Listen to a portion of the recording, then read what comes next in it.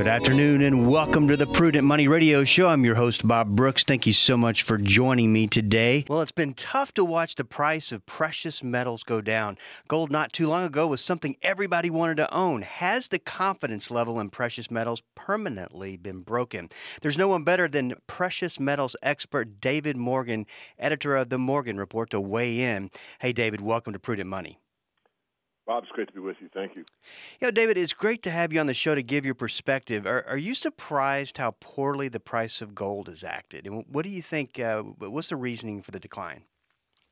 Well, if I can bring silver into the mix, both gold and silver. Yes. If you look at silver, which is a much smaller market and much more volatile, and actually I specialize in both precious metals but focus on silver, we saw silver go from basically the $19 level all the way up to $48 in a matter of months.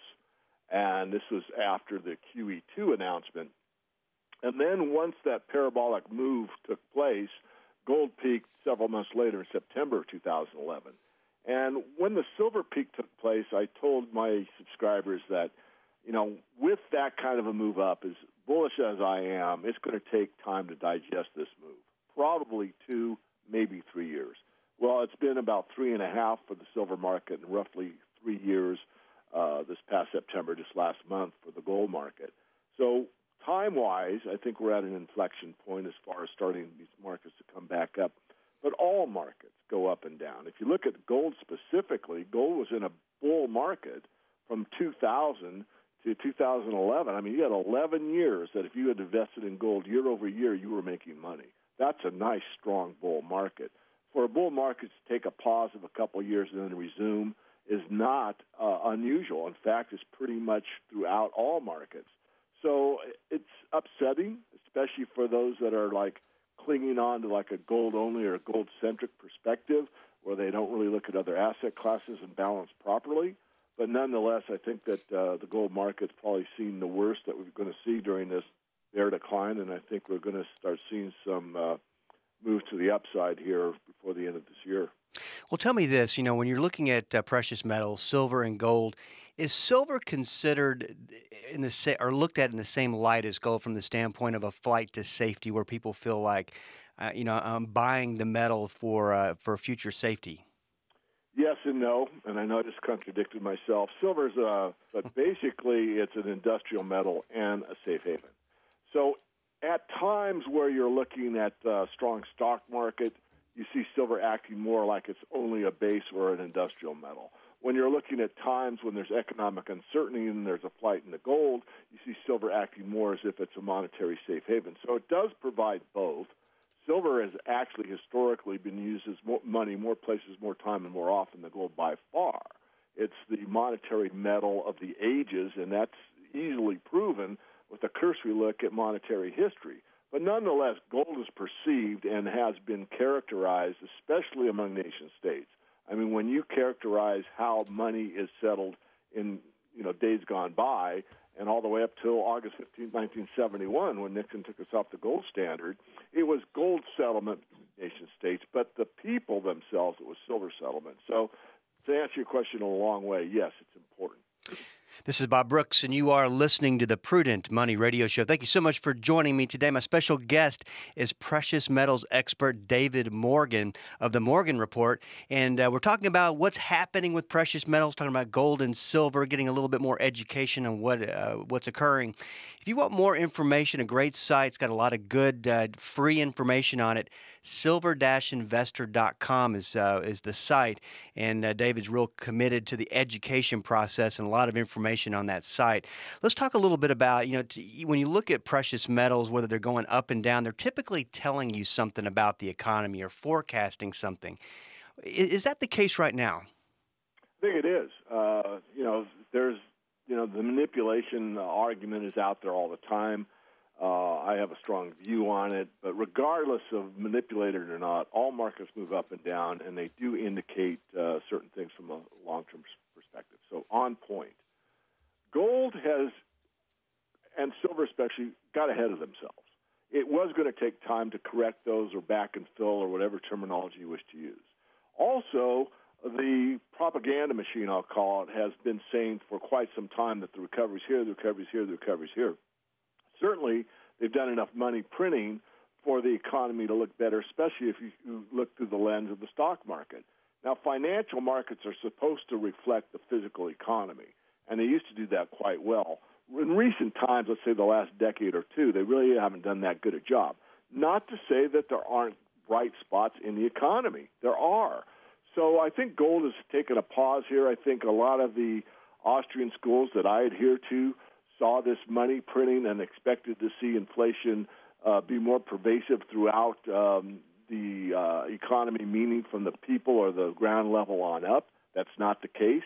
It's been dead money. It's been stagnant, banking system only. And in the banking system only that uses nothing but leverage and derivatives, it's gone basically into paper assets, which means generally the stock market. So has the money moved the market? Yes, it has. Has gold benefited in that move? Not yet. But the fundamental facts haven't changed, Bob. We're still printing too much money. We're not really producing the goods and services that printed money reflects, and something's got to give. Right now the stock market's giving, but I think we're pretty much at the apex of the stock market, and we're at the lull for gold. I think you're going to see them reverse here probably before the end of the year. Would agree. Just talk about interest rates, because obviously interest rates have no place to go but up at some point. How does that affect the precious metals market, and does that affect gold and silver the same way or differently? Oh, great question. First of all, I want to give a more general view, and I'm going to narrow in on your question. The most important thing about this manipulation argument is, is this market manipulated? My view is most are. But I think the most important fundamental fact that has to be brought and drilled into the consciousness of every investor is that interest rates are key, and interest rates are manipulated. So if interest rates are manipulated, and it's pretty easy to prove that they are, then by definition, every other asset class is also manipulated because the interest rates are held artificially low. It means what a housing market does. It means what an auto loan does. It means how much you're going to borrow on your margin account. It affects everything. So coming back to your exact question, yes, it's going to be forced up at some point. The Fed has a great deal of power and a great deal of control, and they got their buddies and all these other central banks, and they all pretty much collude, in my view, at least at times. Nonetheless, the market is more powerful than all of them, believe it or not. So at some point, somebody somewhere is going to say, enough is enough, and they're going to off the dollar, off the yen, and they're going to make a trade, or a derivative is going to blow up. And we've already seen it. We've seen it with long-term capital management. We've seen it with Lehman Brothers. We've already come to the edge of the cliff, and we dropped off of it. And then someone had a lasso that roped us on the way down and brought us back up on the edge of the cliff again. I mean, 2008 was pretty scary, and I don't think anything fundamentally has changed. So interest rates are key, and you're going to have to see how that affects gold and silver. When you have a positive interest rate, a real positive interest rate, then gold is not a very good investment. So if the Fed tells you their fictitious interest CPI is like 2%, when it's really 10%, if you use John Williams, shadowstats.com, you've got to get the interest rate of like 12 or 13%, and then people are going to say, hey, I'm getting 13% on the bond or in a corporate bond or something like that, and I'm getting real returns, honestly making money on my investment, then gold pretty much goes by and by. And that's what happened in 1980 when Volcker took charge of the Fed. I mean, the inflation rate officially was 13% because they didn't jury-rig the numbers like they do now. Volcker put up like the T-bill rate to 17.5%, some of the long rates at 20%. Now you're getting a real return, and it basically killed the gold market. But if you did that again today, you would have a financial collapse that would go into the record book. So that's not going to take place, at least not in a manner of instantly like Volcker did. So interest rates are extremely important, Bob, and I think it's something that isn't really discussed enough in the precious metals markets. Well, what's interesting is that, and I'm glad that you said what you said about today is a much more dangerous situation than 2007 was before the financial crisis. And in fact, I had Martin Wolf of the Financial Times on last week, and he said the exact same thing. He said, we're so highly leveraged today, more so than we ever were in 2007. And what concerns me is that people are making investment decisions as if that's not the case. I agree. I don't know. He uses colloquialism and look like, I'm not a good thinker, and I am, is, whistling past the graveyard. People, especially Americans in my view, and I've world traveled, basically don't want to fit into reality. I mean, the problem is that whatever the propaganda press is telling them, a lot of people, even if they know it at a gut level, doesn't really resonate as true. They rather go along with the herd and say, yeah, it's going to be okay. You know, my pension's fine. Social Security looks sound. You know, the politicians will fix it, or that type of an attitude. And that's really not the attitude. When you have a financial crisis, and we've already experienced one, and in my view, it's not over, it's a wake-up call for reality. And we haven't seen that in quite some time, and we're here in a worse conditions before. I'm going to reiterate what you said, and yet people are acting as if it's better than ever. Well, let's talk a little bit about, you mentioned this earlier, but a proper diversification of a portfolio, where precious metals play a part. You know, you're looking at gold, you're looking at silver. Is that something that you say that you favor one over the other right now, or a combined approach? Talk about how you go about that. Okay. I'll do a brief answer on that. It's actually done more in depth in the Morgan Report. When you're a member, it says how to use the Morgan Report, and I go through a whole essay on that topic. But basically, the older you, first of all, everyone should have precious metals, and very few do. The amount of allocation is usually 10%. So 10% of your entire portfolio is not that much. Right. I mean, if you got a big whack in the gold market, and it's only 10% of your portfolio, you're really not going to be hurting very badly. But it's the most negatively correlated asset to the stock market, gold, not gold stocks. So that's important to know.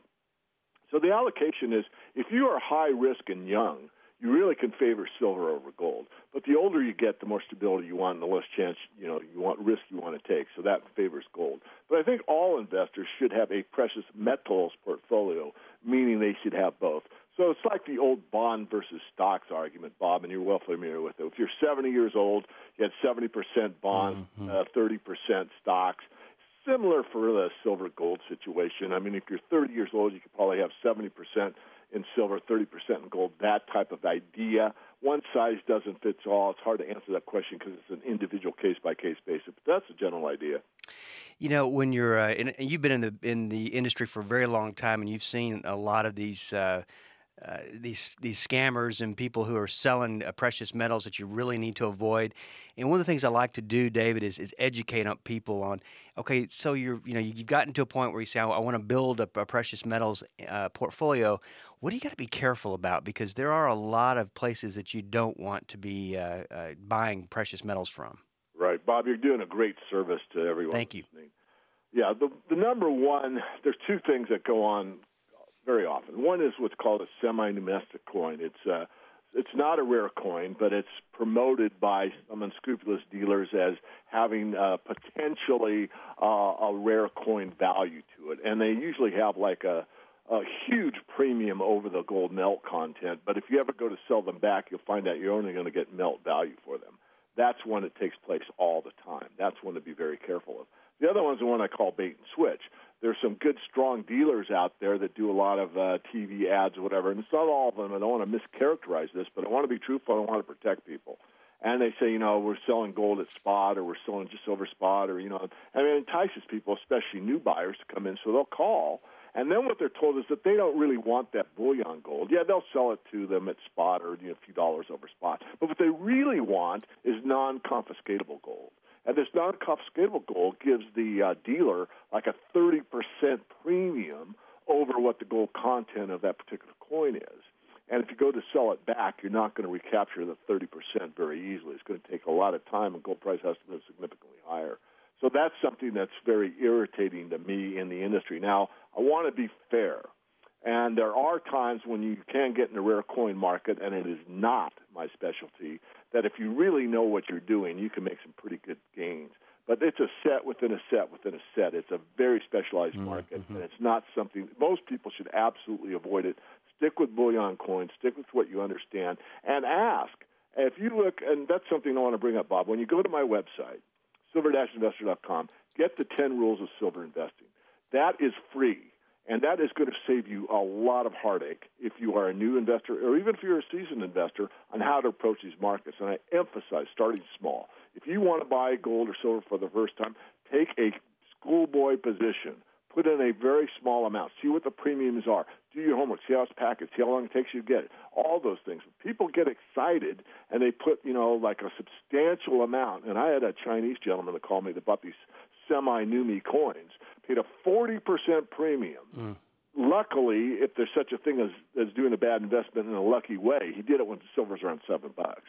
So I told him, silver's going to go substantially higher, and you're going to make money, but you certainly would have made a lot more had you bought, bullion coins.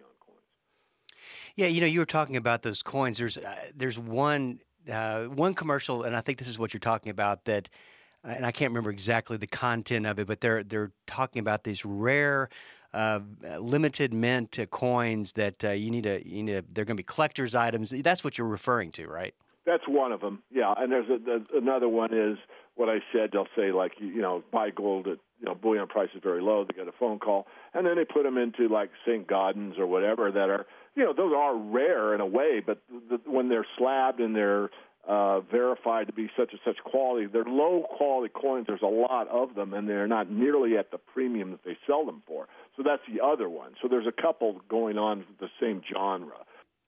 One is newly minted coins of limited edition, and you see full-page newspaper ads in major papers. That's one to stay away from. And the other one is older coins that really are rare, but they are like the mint state. In other words, that's the quality of the rarity of the coin itself. It's like an MS-60 or something like that, which means it's pretty much not very valuable from a collector's viewpoint, yet they mark them up substantially. So you got to be careful. And I'm not against, I'm free market. If you want to collect rare coins, that's fine. But if you really do it, do a lot of homework, because it's a field within a field that's very, very difficult. And, some of these dealers are pretty upfront about it. They'll tell you that there's a 30% premium on these rare coins. Others leave that out of the equation. So, again, if you go to my site and get the 10 Rules of Silver Investing, it'll help you avoid some of the, let's say, nuances in the market.